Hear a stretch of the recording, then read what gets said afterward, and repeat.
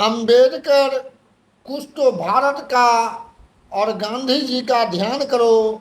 सोच समझकर मांग पत्र पर फिर से आप विचार करो।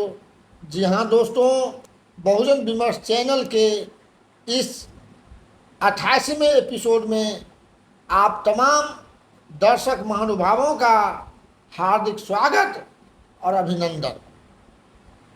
पिछले एपिसोड में गोलमेज कॉन्फ्रेंस से बाबा साहब अम्बेडकर किस तरह संघर्ष के माध्यम से, अपने ओजपूर्ण विचार के माध्यम से, संघर्ष के माध्यम से हमारे लिए जो भी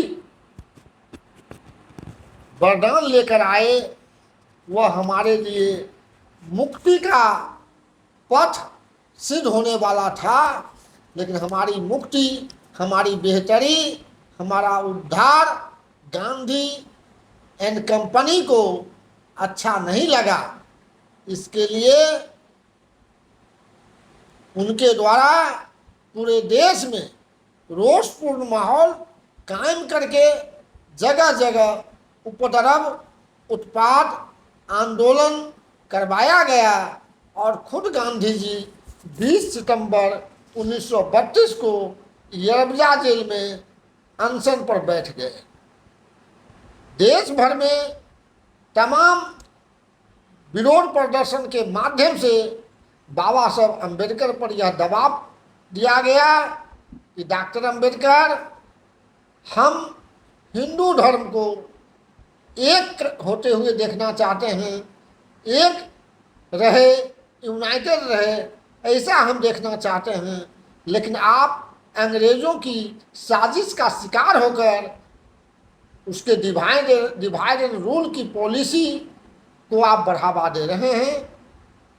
डॉक्टर अम्बेडकर को जब झुकते हुए उन लोगों ने नहीं पाया तो कह दिया कि डॉक्टर अम्बेडकर गद्दार है। फिर बाबा साहब अम्बेडकर पर बहुत ज़्यादा दबाव दिया गया।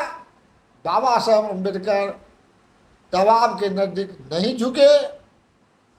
मदन मोहन मालवीय, करपात्री जी महाराज सरीखे लोग बाबा साहब अम्बेडकर से गुहार करते रहे कि बाबा साहब अम्बेडकर महात्मा गांधी जी का ख्याल करें, उनके कद का ख्याल करें, उनकी जान की परवाह करें।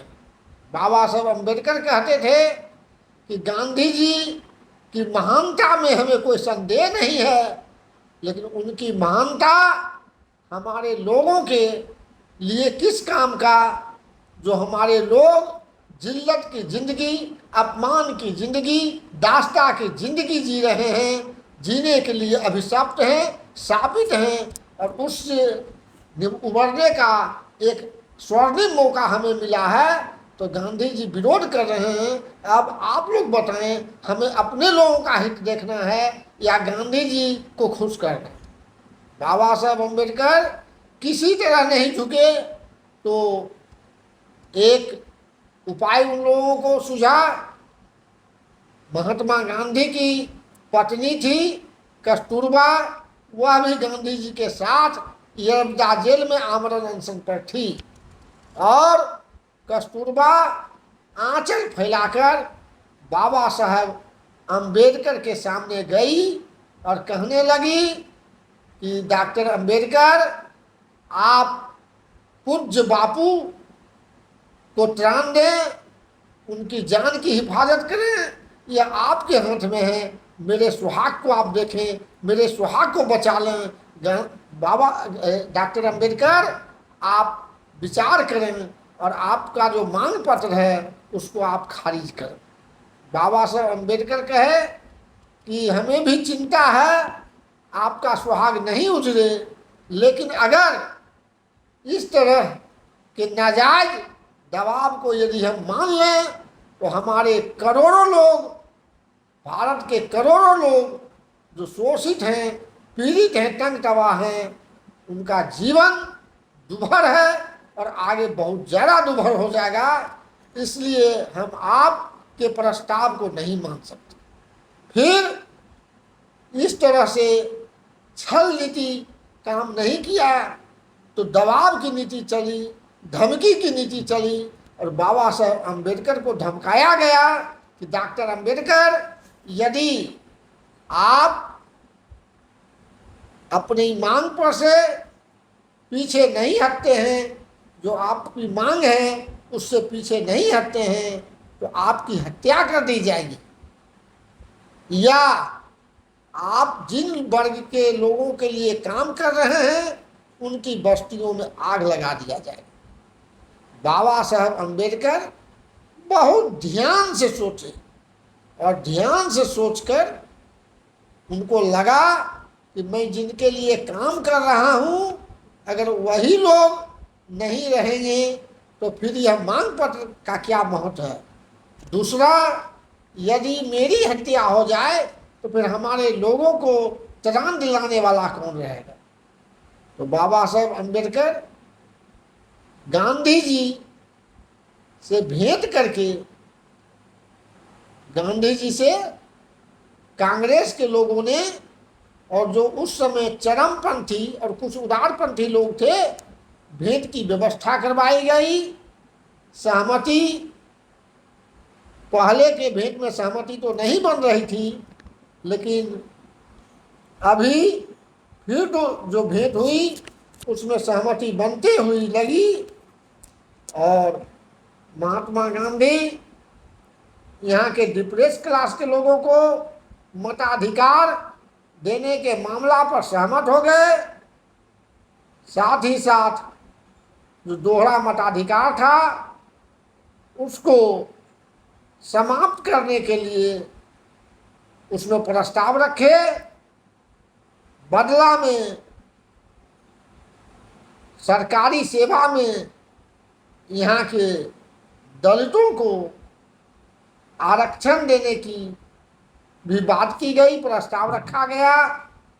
सेपरेट सेटलमेंट को खारिज किया गया। ये मसौदा बहुत लंबा मसौदा है, मुझे उतनी जानकारी नहीं है। जो मोटा मोटी जानकारी है हम यहाँ पर रखने का काम किए। 24 सितंबर 1932 को बाबा साहब अम्बेडकर, महात्मा गांधी, तेज बहादुर सप्रू, मोहम्मद अली जिन्ना और बहुत सारे लोग थे, चक्रवर्ती राजगोपालाचारी, घनश्याम दास बिरला, सारे लोग, पूना पैक्ट हुआ, उस पर हस्ताक्षर किए। और उस समय से जो आज व्यवस्था हम देख रहे हैं, सरकारी सेवा में आरक्षण, राजनीति में संरक्षण, ये सारी व्यवस्था उसी समय लागू हो गई। लेकिन पूना पैक्ट के कारण कुछ हद तक समाज आगे बढ़ा, लेकिन बाबा साहब अम्बेडकर जो पूना पैक्ट हुआ उससे खुश नहीं थे। काफ़ी बुझे मन से ये समझौता किए थे।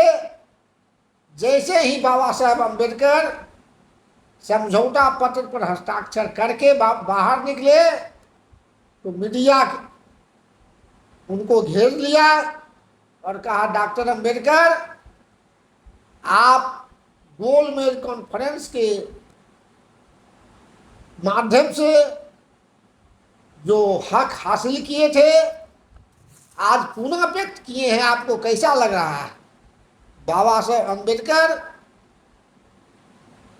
हाजिर जवाबी बनकर जवाब दिए, कहे कि ऐसा है, काफ़ी मेहनत करके मैंने गोलमेज कॉन्फ्रेंस के माध्यम से अपने लोगों के लिए, यहाँ के शोषितों के लिए फल लाया था।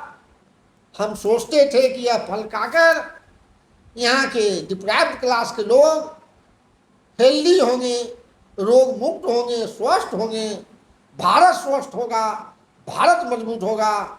लेकिन अफसोस, गांधी एंड कंपनी उस फल को छीनकर मुझसे खा लिए और छिलका मेरे लोगों के मुंह पर फेंक दिया। पूना पैक्ट का दुष्परिणाम हुआ, बाबा साहब अम्बेडकर प्रतिनिधित्व की बात करते थे, प्रतिनिधित्व भी कारगर प्रतिनिधित्व, उपयोगी प्रतिनिधित्व, लेकिन पूना पैक्ट के माध्यम से समाज को जो प्रतिनिधित्व मिल रहा है वह विकलांग प्रतिनिधित्व मिल रहा है, क्योंकि जो गोलमेज कॉन्फ्रेंस की व्यवस्था थी उसमें जो डिप्राइव्ड क्लास के रहनुमा थे, रहनुमाई करने के लिए आगे बढ़ते, तो उनका निर्वाचन दलितों के माध्यम से ही केवल होना था। तो जो रहनुमा होते, रिप्रेजेंटेटिव होते, वह डिप्राइव्ड क्लास के प्रति ही रिस्पॉन्सिबल होते। लेकिन आज जो रिजर्व कॉन्स्टिट्यूंसी है, सारे के सारे रिजर्व कैंडिडेट होते हैं और उनकी जीत या हार का फैसला यहाँ के फ्यूडल क्लास के लोग, स्टेटस को बनाए रखने वाले लोग, पूंजीपति लोग, जो कभी भी हमारे हित का मन से समर्थक नहीं रहते हैं, ऐसे लोग हमारे भाग्य विधाता बन गए हैं और ऐसे लोगों के रहमो क्रम पर हमारे प्रतिनिधि चुनकर जाते हैं। अपेक्षा के विपरीत हमारे प्रतिनिधि हमारे हित के लिए पार्लियामेंट में कोई आवाज नहीं उठाते, कुछ बात नहीं रखते। वे उतना ही बोलते हैं जितना उनके आका, उनके गॉडफादर, पॉलिटिकल फादर उनके मुंह में जबान जितना रखते हैं, जो जबान रखते हैं वही बोल पाते हैं। ये पूना पैक्ट का दुष्परिणाम हुआ। बाबा साहेब अम्बेडकर पूना पैक्ट 24 सितंबर 1932 को किए और उसी समय में आर भोले थे, नारा दिए थे पूना पैक्ट का धिक्कार करो। लेकिन बाद में जो पूना पैक्ट का दुष्परिणाम हुआ, 1982 24 सितंबर जब स्वर्णिम जयंती के रूप में पूना पैक्ट को सेलिब्रेट किया गया, उसी आर भोले जो बाबा साहब के एक कमांडर ही थे, उनसे यह नारा लगाया गया कि आर भोले करे पुकार, पूना पैक्ट का करो सत्कार। जो आर भोले पूना पैक्ट का धिक्कार कर रहे थे, वह सत्कार करना शुरू किए। आज हम देख रहे हैं कि हमारे जितने भी रिजर्व कंस्टिट्यूंसीज के जितने भी एमपीज हैं, एमएलएज हैं, हमारा जो हित है कैसे संरक्षित रहे, इसके लिए कुछ भी कर पाने में अक्षम है। तो इस तरह से गोलमेज कॉन्फ्रेंस बाबा साहब के संघर्ष का जो एक निचोड़ था, उसमें किस तरह से सेंधमारी यहाँ के स्टेटस को वाले लोगों के द्वारा किया गया और आधा अधूरा या बहुत अल्पांश हमें मिल पाया, और उसी के साथ बाबा साहब अम्बेडकर पूना पैक्ट के बाद भी हमारे हित के लिए जीवन भर संघर्ष करते रहे। आगे क्या क्या हुआ अगले एपिसोड में हम बताने का काम करेंगे। आपका सहयोग ही हमारी जीवनदायिनी शक्ति है। आप इसी तरह से चैनल पर बने रहें। हम भरोसा दिलाते हैं कि अगले एपिसोड में बाबा साहब का समाज के प्रति जो देन है, समाज के प्रति जो उनका उपकार है, अगले एपिसोड में हम कुछ और बातों की चर्चा करेंगे। इसी के साथ नमो बुद्धाय, जय भीम, आदाब, गुड बाय, सत श्री अकाल, नमस्कार, जय जोहार।